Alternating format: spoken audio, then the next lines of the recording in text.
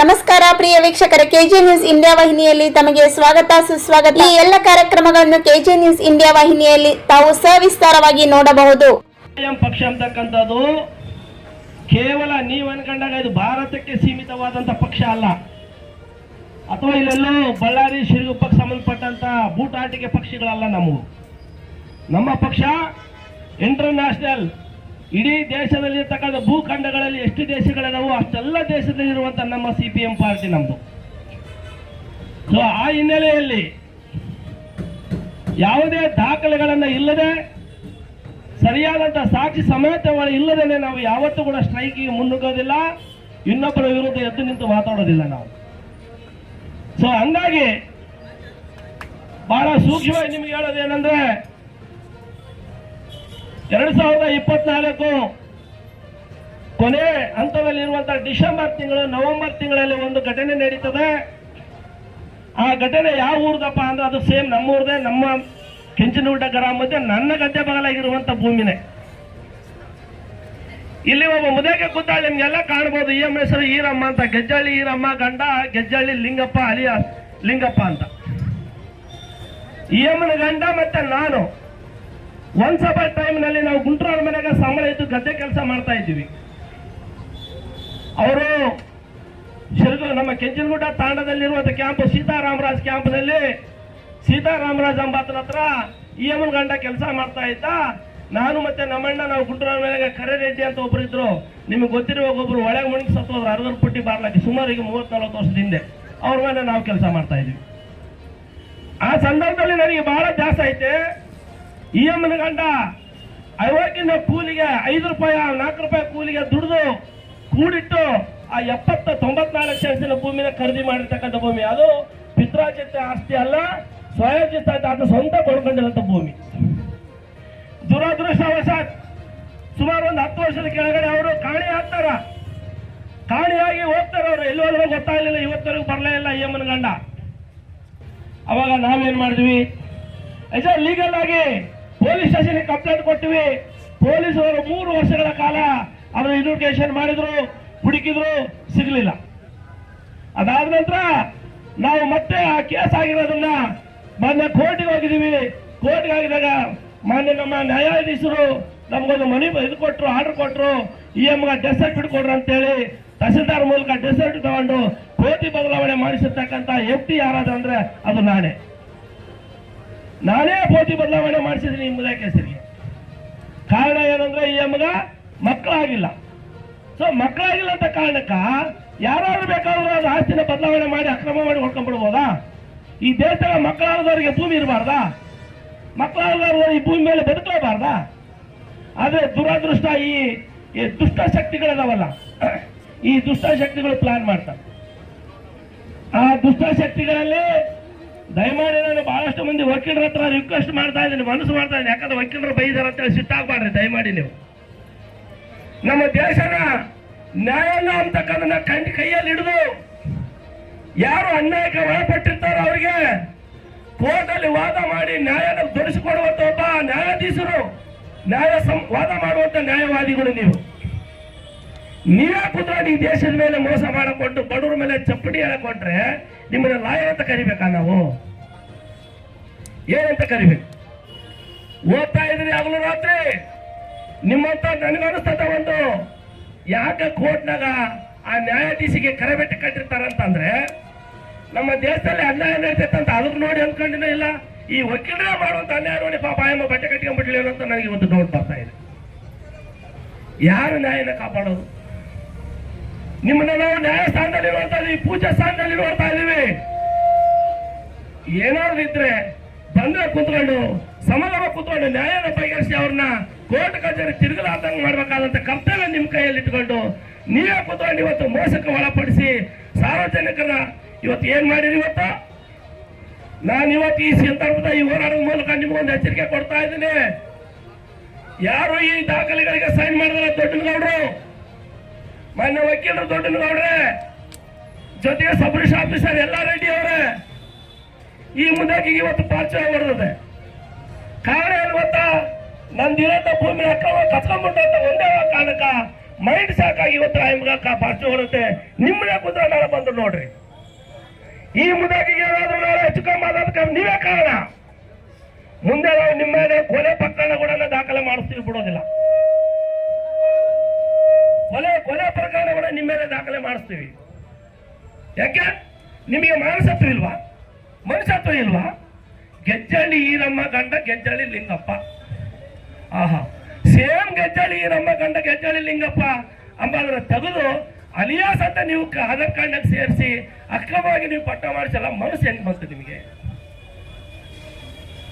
ನಿಮ್ಮ ಭೂಮಿ ಆದ್ರೆ ಮಾಡ್ತೀರಾ, ನಿಮ್ಮ ಆಸ್ತಿಗಳಾದ್ರೆ ಮಾಡ್ತೀರಾ ನೀವು? ಯಾಕೆ ಅದಕ್ಕೇನು ಮಕ್ಕಳಿಗೆ ಇಲ್ಲ ಅಲ್ಲ, ಸತ್ರ ಸಾಯಿಲ್ವ ನಮ್ಮನ್ನ? ನೀನ್ ಸಾಕಿಸ್ತೀಯ ಆಯಮ್ಮನ? ಆಯಮ್ಮನ ಕಣ್ಣೀರು ಇವತ್ತು ನಿಮ್ಮನ್ನ ಸುಮ್ಮನೆ ಬಿಡೋದಿಲ್ಲ. ನಿಮ್ಮನ್ನ ಬೆನ್ನಾಡ್ತದೆ, ಅರ್ಥ ಮಾಡ್ಕೊಂಡ್ರೆ ನೀವು. ಅದು ಒಂದಂತ ನಾವು ಅನ್ಕೊಂಡ್ಬಿಟ್ಟಿದ್ವಿ. ಕೇವಲ ಈ ಮುದಾಗಿ ಒಂದೇ ಅನ್ಯಾಯ ಮಾಡೋಣ ಅಂತ ಅನ್ಕೊಂಡ್ಬಿಟ್ಟಿದೀವಿ. ಇಲ್ಲ, ಕೆದರಷ್ಟು ಬರ್ತಾವ ನೋಡಿ. ಇವತ್ತು ಎಷ್ಟೆಷ್ಟು ಫೈಲ್ಗಳು, ಸುಮಾರು 20-25 ಕೇಸ್ಗಳು ದಾಖಲೆಗಳಾಗಿದ್ದಾವೆ. ಆದ್ರೆ ಯಾಕೆ ಇವತ್ತು ಇಲ್ಲಿ ನಮ್ಮ ತಾಲೂಕಿನಲ್ಲಿರ್ತಕ್ಕಂಥ ಶಾಸಕರಾಗಿರ್ಲಿ, ಜಿಲ್ಲೆಯಲ್ಲಿರ್ತಕ್ಕಂಥ ಉಸ್ತುವಾರಿ ಮಿನಿಸ್ಟರ್ಗಳಾಗಿರ್ಲಿ, ಅಥವಾ ನ್ಯಾಯಾಧೀಶರಾಗಿರ್ಲಿ, ಯಾಕೆ ಇವ್ರ ಮೇಲೆ ಕೇಸ್ಗಳನ್ನ ದಾಖಲೆ ಮಾಡಿ ಇವ್ರನ್ನ ಸಸ್ಪೆಂಡ್ ಮಾಡಿಲ್ಲ? ಅಂದ್ರೆ ಎಲ್ಲರಿಗೂ ರೊಕ್ಕ ಬೇಕು, ಇಲ್ಲಿ ರೈತರನ್ನು ಮಾತ್ರ, ಕೂಲಿಕಾರರು ಮಾತ್ರ, ಬಡವರು ಮಾತ್ರ ನಾಯಿಗಳ ತರ ತೀರ್ಸಂಗಿರ್ಬೇಕಂತಾನೆ ನಿಮ್ಗೆ ಅಧಿಕಾರ ವರ್ಗ ಇರೋದಾ? ಏನ್ ಕಾರಣ? ಅದಕ್ಕಾಗಿ ಇವತ್ತು ಹೇಳ್ತಾ ಇದೀವಿ. ಇವತ್ತು ಕೇವಲ ಅದು ಒಂದೇ ಅಲ್ಲ ಬಂಧುಗಳೇ, ಒಂದನ್ನು ರಿಜಿಸ್ಟ್ರೇಷನ್ ಮಾಡಿದ್ದಾರೆ. ಪ್ಲಾಟ್ ನಂಬರ್ 1, ಅದ್ರ ಸುತ್ತಮುತ್ತ ಚೆಕ್ ಬಂದಿ ಒಬ್ಬರದು. ಆದ್ರೆ ಇವರು ವಾಸ ಮಾಡುವಂತ ಮನೆ ಬೇರೆ, ಅಲ್ಲಿರ್ತಕ್ಕಂಥ ಚೆಕ್ ಬಂದಿ ಬೇರೆ, ಅದನ್ನು ರಿಜಿಸ್ಟ್ರೇಷನ್ ಮಾಡ್ಯಾರ. ಏನು ನಿಮಗೆ ಕಣ್ಣ ಕಾಣ? ಐ ಆಮ್ ಜಿಂದಾಬಾದ್, ಜಿಂದಾಬಾದ್, ಜಿಂದಾಬಾದ್, ಐ ಆಮ್ ಜಿಂದಾಬಾದ್. ಬಂಧುಗಳೇ, ಇವತ್ತು ಸುರಗುಪ್ಪ ತಾಲೂಕದಲ್ಲಿ ಸಿಪಿಎಂ ಪಾರ್ಟಿ ಹಮ್ಮಿಕೊಂಡಿರುವಂತ ಒಂದು ಹೋರಾಟ. ಈ ಹೋರಾಟ ರೈತರಿಗಾಗಿ, ಬಡವರಿಗಾಗಿ ಹೋರಾಟ ಇದು. ಸ್ನೇಹಿತರೆ, ರಿಜಿಸ್ಟರ್ ಆಫೀಸಿನಲ್ಲಿ ಏನು ಒಂದು ದಂಡ ಅಧಿಕಾರಿಗಳು ಇದಾರಲ್ಲ, ಆ ಆಫೀಸರು ಸಾಮಾನ್ಯ ಜನ, ಬಡವರು, ಹಳ್ಳಿಲಿದ್ದ ಬಂದವರಿಗೆ 1 ಎಕರೆಗೆ ಲಕ್ಷಾಂತರ ರಿಜಿಸ್ಟರ್ ಆಫೀಸು ರೊಕ್ಕ ಕೇಳಿದ್ರೆ ಅವರು ಎಲ್ಲಿಂದ ಕೊಡಬೇಕು? ಆ ಆಫೀಸರ್ಗೆ ಇನ್ನೊಬ್ಬರು ಲಂಚ ತಗೊಂಬರು ಬೇರೆ. ಹೊರಗಡೆ ಬಡವರದಲ್ಲಿ ಮಾತಾಡೋರು ಒಬ್ಬರು, ಒಳಗೋಗಿ ಮಾತಾಡೋರು ಒಬ್ಬರು. ಅದು ಏನೋ ರಿಜಿಸ್ಟರ್ 30,000 ಆಗ ರಿಜಿಸ್ಟರ್ 1 ಲಕ್ಷ 2 ಲಕ್ಷ ಅಂತ ತಗೊಂಡವ್ರು ಈ ಆಫೀಸರು ತಕ್ಷಣ ನಮ್ಮ ಸುರಗುಪ್ಪ ತೊಲಗಿ ಹೋಗಬೇಕು. ಅದೇ ರೀತಿ ನಮ್ಮ ಕರ್ನಾಟಕದಲ್ಲೇ ಇರಬಾರ್ದಂತವರು. ಯಾಕಂದ್ರೆ ಬಡವರು ಸಾಲ ಸೂಲ ಮಾಡಿ ಏನೋ ಇರೋದು 1 ಎಕರೆ ಮಾರಿಕೊಂಡು ಬೇರೆಯವ್ರಿಗೆ ಮಾರೋ ಆ ಸಾಲ ಕಟ್ಕೊಂಬಾಗ ರಿಜಿಸ್ಟರ್ ಆಫೀಸ್ಗೆ ಬಂದರೆ ಈ ಪುಣ್ಯಾತ್ಮ ಲಕ್ಷ ಕೇಳೋದು, 2 ಲಕ್ಷ ಕೇಳೋದು ಎಲ್ಲಿದ್ದು ಕೊಡ್ಬೇಕ್ರಿ? ಸಾಮಾನ್ಯ ಜನ, ಬಡವರು, ರೈತರು. ಈ ಅದರಲ್ಲಿ ಮತ್ತೆ ಇನ್ನೊಬ್ಬರು ಹೊರಗಡೆ ನಿನ್ನ ಆಫೀಸರ್ ನಿನ್ನ ಒಳಗೆ ಬಿಡಕ್ಕೆಲ್ಲ, ಇಲ್ಲೇ ಬಾ ನಮ್ಮಲ್ಲಿ ಮಾತಾಡಂತ ಇಲ್ಲಿ ಮಾತಾಡೋರು ಒಬ್ಬರು, ಒಳಗೋಗಿ ಮಾತಾಡೋರು ಒಬ್ಬರು. ಇಂಥ ಬೋಸತನ ಮಾಡ್ತಿರುವಂತ ಈ ಆಫೀಸರ್ಗಳು ತಕ್ಷಣ ಹೋಗಬೇಕು ಅಂತ ಹೇಳ್ತಾ, ಬಂಧುಗಳೇ, ನಾವು ಇವತ್ತು ಆಫೀಸರ್ ಅಂದ್ರೆ ಒಂದು ಬಡವರಿಗೆ ನ್ಯಾಯ ಮಾಡತಂದ ಆಫೀಸರು ಅವರೇ ಬಂದು ಎದ್ದು ಈ ತರ ಮಾಡಿದ್ರೆ ಸಾಮಾನ್ಯ ಜನ ಹೆಂಗ್ ಬದುಕಬೇಕೆಂಬುದೇ ನಮ್ಮ ಸಿಪಿಎಂ ಪಾರ್ಟಿ ಉದ್ದೇಶ. ಅದರಾಗಿ ನಾವು ಇವತ್ತು ಸುರಗುಪ್ಪ ತಾಲೂಕಿನಲ್ಲಿ ಏನು ಇಂಥ ಭ್ರಷ್ಟಾಚಾರ ನಡೆಯುವಂತ ಒಂದು ಆಫೀಸರ್ ಇದಾರಲ್ಲ, ಈ ಆಫೀಸರ್ ತಕ್ಷಣ ತೊಲಗಬೇಕು. ಇಲ್ಲಿದ್ದ ಅಲ್ಲ, ಇವರು ಪದವಿನಲ್ಲೇ ತೆಗೆದು ಬಿಸಾಕಬೇಕಂತ ನಾವು ಇವತ್ತು ಒತ್ತಾಯ ಮಾಡ್ತಾ ಇದ್ದೀವಿ. ಎಲ್ಲ ತಾಲೂಕು ಸಮಿತಿಯ ಮುಖಂಡರುಗಳೇ, ಸಿಪಿಎಂ ಪಕ್ಷದ ಎಲ್ಲ ಶಾಖೆಗಳ ಸದಸ್ಯರೇ ಮತ್ತು ಈ ಹೋರಾಟಕ್ಕೆ ಬಂದಿರತಕ್ಕಂಥ ಜನವಾದಿ ಮಹಿಳಾ ಸಂಘಟನೆಯ ಮತ್ತು ಮಹಿಳೆಯರೇ ಮತ್ತು ಈ ಹೋರಾಟಕ್ಕೆ ಬಂದಿರತಕ್ಕಂಥ ಎಲ್ಲ ಯುವಜನರೇ, ಇದು ನನಗೆ ತಿಳಿದಂಗೆ ಬಹಳ ವರ್ಷಗಳಿಂದ ಇವತ್ತಿಲ್ಲಿ ಹೋರಾಟ ಮಾಡ್ತಿರೋದು. ಸಾರ್ವಜನಿಕರಿಗೆ ಏನಾಗಿದೆ, ಏನೇ ಪೆಂಡಲ್ ಹಾಕಿದಾರಲ್ಲ ಯಾಕೆ ಇವರು ಅಂತ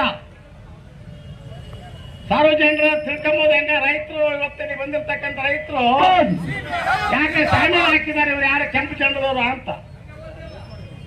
ಕೆಂಪು ಚೆಂಡ ನಿಮಗೆ ಗೊತ್ತಿದೆ, ಕೆಂಪು ಚೆಂಡ ಅಂಬೋದು ದುಡ್ಡಿನ ಪಾರ್ಟಿ ಅಲ್ಲ. ಕೆಂಪು ಚೆಂಡ ಅಂದ್ರೆ ಯಾವನಿಗೆ ಅನ್ಯಾಯ ಆಗ್ತದೆ ಅವನ ಪರವಾಗಿ ನಿಲ್ಲತಕ್ಕಂಥ ಒಂದು ಚೆಂಡ ಅದು. ಸಿಪಿಐಎಂ ಪಕ್ಷ ಅಂದ್ರೆ ಬಿಜೆಪಿ, ಕಾಂಗ್ರೆಸ್, ಜನತಾದಳ, ಸರ್ಕಾರಗಳಿದ್ದಾರೆ ಅವ್ರ ಅಂಗ ಪಾರ್ಟಿ ಅಲ್ಲ. ಅನ್ಯಾಯ ಎಲ್ಲಿ ಆಗ್ತದೆ ಅನ್ನೋದನ್ನ, ಅನ್ಯಾಯ ನಡೀತಕ್ಕಂಥದನ್ನ ಒಳ್ಳೇದಲ್ಲ, ಅದು ಮಾಡಬಾರ್ದು. ಜನರಿಗೆ ಒಳ್ಳೇದಲ್ಲ, ರೈತರಿಗೆ ಒಳ್ಳೇದಲ್ಲ, ಜನಸಾಮಾನ್ಯರಿಗೆ ಅದು ಇವತ್ತು ತೊಂದರೆ ಕೊಡ್ತಕ್ಕಂಥದ್ದು ಆಗಬಾರ್ದು ಅಂತ ಸಿದ್ಧಾಂತವನ್ನು ಇಟ್ಕೊಂಡು ಇವತ್ತು ಈ ದೇಶದಲ್ಲಿ ಈ ಪಾರ್ಟಿ ಬೆಳವಣಿಗೆ ಬಂದಿರತಕ್ಕಂಥ ಪಾರ್ಟಿದು. ಹಂಗಾಗಿ ನಾನು ಸುಮಾರು ಸಲ ಸಬ್ಮಿಟ್ ಹೇಳಿನಿ, ನೀನು ಈ ತರ ಮಾಡ್ತಿದೆಯಲ್ಲ ಒಳ್ಳೇದಲ್ಲ, ನೀನು ತಿದ್ದಿಕೆಬೇಕಂತ 3-4 ಸಲ ಖುದ್ದಾಗಿ ನಾನೇ ಬೆಟ್ಟಾಗಿ ಮಾತಾಡಿದ್ದೀನಿ ಕೂಡ. BBMP ಬೆಂಗಳೂರಿನಲ್ಲಿ ಕೆಲಸ ಮಾಡ್ತಕ್ಕಂಥ, BBMP ಕೆಲಸ ಮಾಡ್ತಕ್ಕಂಥ ಕಾರ್ಮಿಕರದು ರಿಜಿಸ್ಟರ್ ಮಾಡಕ್ ಬಂದಾಗ ಆ ರಿಜಿಸ್ಟರ್ ಖರ್ಚಾಗದೆ 750 ರೂಪಾಯಿ. 750 ರೂಪಾಯಿ ಹೆಂಗಂದ್ರೆ ಅದು ಸರ್ಕಾರಕ್ಕೆ ಹೋಗ್ತಕ್ಕಂಥ ಟ್ಯಾಕ್ಸ್ 750 ರೂಪಾಯಿ. ಹೊರಗಡೆ ಟೇಪ್ ಮಾಡ್ತಕ್ಕಂಥ ಹುಡುಗರು, ಟೇಪ್ ಮಾಡ್ತಕ್ಕಂಥ ಯುವಕರು ಏನು ಓದ್ತಾ ಇದಾರಲ್ಲ ಅವರು ಒಂದು 300-350 ರೂಪಾಯಿ ತಗೊಳ್ತಾರೆ. ಕಾಮನ್ ಎಲ್ಲ ಸೇರಿದ್ರೆ ಒಂದು 1200 ರೂಪಾಯಿ 1200 ರೂಪಾಯಿ ಅದರಲ್ಲಿ ರಿಜಿಸ್ಟರ್ ಆಗ್ತಾ ಇದೆ. ನಾವು ಯಾರಾದ್ರೂ ಮದುವೆ ಮಾಡ್ಕೊಂಡ್ರು ಕೂಡ ಅಷ್ಟಾಗೆ ರಿಜಿಸ್ಟರ್ ಮಾಡಿಸ್ತಾ ಇದ್ವಿ. ಆದ್ರೆ ಇವಾಗ ಕಳ್ಳ ಎಷ್ಟು ತಗೊಂಡನಪ್ಪ ಅಂದ್ರೆ ಒಬ್ಬೊಬ್ಬರಿಗೆ 7,000 ರೂಪಾಯಿ ದುಡ್ಡು ತಗೊಂಡನ. ಒಬ್ಬೊಬ್ಬರಿಗೆ 7,000 ರೂಪಾಯಿ ಅಂದ್ರೆ 380 ಜನ 400 ಜನ ರಿಜಿಸ್ಟರ್ ಮಾಡಿಕೊಂಡಿದ್ದಾರೆ. 300-400 ಜನ. ಯಾಕೆ 300-400 ಜನ ರಿಜಿಸ್ಟರ್ ಮಾಡಿಕೊಂಡ್ರೆ ಅದು BBMP ಇರ್ತಕ್ಕಂಥ ಕಾಂಟ್ರಾಕ್ಟು. ನೀವು ಅಲ್ಲಿ ಎಲ್ಲಿ ಕೆಲಸ ಮಾಡ್ತಿರೋ, ಎಲ್ಲಿ ನೀವು ಸ್ಥಳೀಯವಾಗಿರೋ ಅಲ್ಲಿ ನೀವು ರಿಜಿಸ್ಟ್ರೇಷನ್ ಮದುವೆ ಆಗಿದೆ ಅಂತ ರಿಜಿಸ್ಟ್ರೇಷನ್ ತಂದ್ರೆ ನಿಮಗೆ ಯಾರು ಪರ್ಮನೆಂಟ್ ಆಗಕ್ಕ ಅನುಕೂಲ ಐತಂತ ಕಾಂಟ್ರಾಕ್ಟ್ ಹೇಳಿದ ಮೇಲೆ ಅವರು ಬಂದು ಅಮಾಯಕರು, ಯಪ್ಪ ನಮಗೆ ಪರ್ಮನೆಂಟ್ ಆಗೋದೈತಲ್ಲ 10,000 20,000 ಮಾಡಿಸ್ಕೊಂಡು ಹೋಗೋಣ ಅಂತ ಹೇಳಿದಷ್ಟು ಕೊಟ್ಟು ಮಾಡಿಸ್ಕೊಂಡು ಹೋಗಿದ್ದಾರೆ. ಮೊನ್ನೆ ಈ ಒಂದು ತಿಂಗಳು ಬಂದೆ ಅದೇ BBMP ಕೆಲಸ ಮಾಡ್ತಕ್ಕಂಥವ್ರನ್ನ 20,000ವರೆಗೆ ರಿಜಿಸ್ಟ್ರೇಷನ್ ಮಾಡ್ಯಾರ ತಗೊಂಡು. ಈ ವರ್ಷ ಆ ಕಡೆ ವರ್ಷ 7,000 ತಗೊಂಡಾರ, ಮೊನ್ನೆ ವರ್ಷ ಒಬ್ಬೊಬ್ಬರಿಗೆ 20,000 ರೂಪಾಯಿ. ಅಂದ್ರೆ 300-400 ಜನ ಮಾಡ್ಕೊಂಡು ಹೋಗ್ಯಾರ. ದುಡ್ಡು ಎಷ್ಟಾಯ್ತು? ಸರ್ಕಾರಕ್ಕೆ ಹೋಗೋದು 750 ರೂಪಾಯಿ ಮಾತ್ರ. ಇಲ್ಲ 20,000 ಎಷ್ಟು ಹೋಯ್ತು? 19,000 ರೂಪಾಯಿ ಯಾರಿಗೋಯ್ತು? 19,000 ರೂಪಾಯಿ ಯಾರಿಗೋಯ್ತು? 200 ಜನಕ್ಕ 19,000 ಲೆಕ್ಕ ಹಾಕ್ರಿ. 19,000 ಇಂಟು 200 ಜನ ದುಡ್ಡು ಎಷ್ಟಾಯ್ತು? ಸಾಮಾನ್ಯ ಜನ ಲೆಕ್ಕ ಹಾಕ್ಬೇಕು. ಬರೀ ರಿಜಿಸ್ಟ್ರೇಷನ್ ಬಂದು ಏನೋ ಅವಸರಕ್ಕೆ ನಾವು ಕೊಟ್ಟು ಮಾಡಿಸ್ಕೊಂಡು ಹೋಗ್ಬಿಟ್ರೆ ನಾವು ಬುದ್ಧಿವಂತರು ಆಗೋದಿಲ್ಲ. ನಾವು ಬುದ್ಧಿವಂತರು ಅಲ್ಲ, ಬುದ್ಧಿವಂತರ ರಕ್ಷಣೆನೇ ಅಲ್ಲದು. ಲೆಕ್ಕ ಹಾಕ್ಬೇಕು. 200 ಜನಕ್ಕೆ ರಿಜಿಸ್ಟರ್ ಮಾಡಿ 20,000 ರೂಪಾಯಿ ತಗೊಂಡು 750 ರೂಪಾಯಿ ಖರ್ಚು ಹೋದ್ರೆ, 300 ರೂಪಾಯಿ ಟೈಪಿಂಗ್ ಚಾರ್ಜ್ ಹೋದ್ರೆ, 1,000 ರೂಪಾಯಿ ಕಡಿಗೆ ಹೋದ್ರೆ 19,000 ರೂಪಾಯಿ ಯಾರಿಗೆ ಹೋಗ್ಬೇಕು?